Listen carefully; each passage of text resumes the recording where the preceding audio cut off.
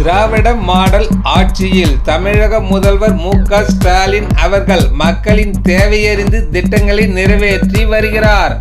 ஆரணி தொகுதி நாடாளுமன்ற உறுப்பினர் எம்.எஸ். தரணிவேந்தன் பேச்சு.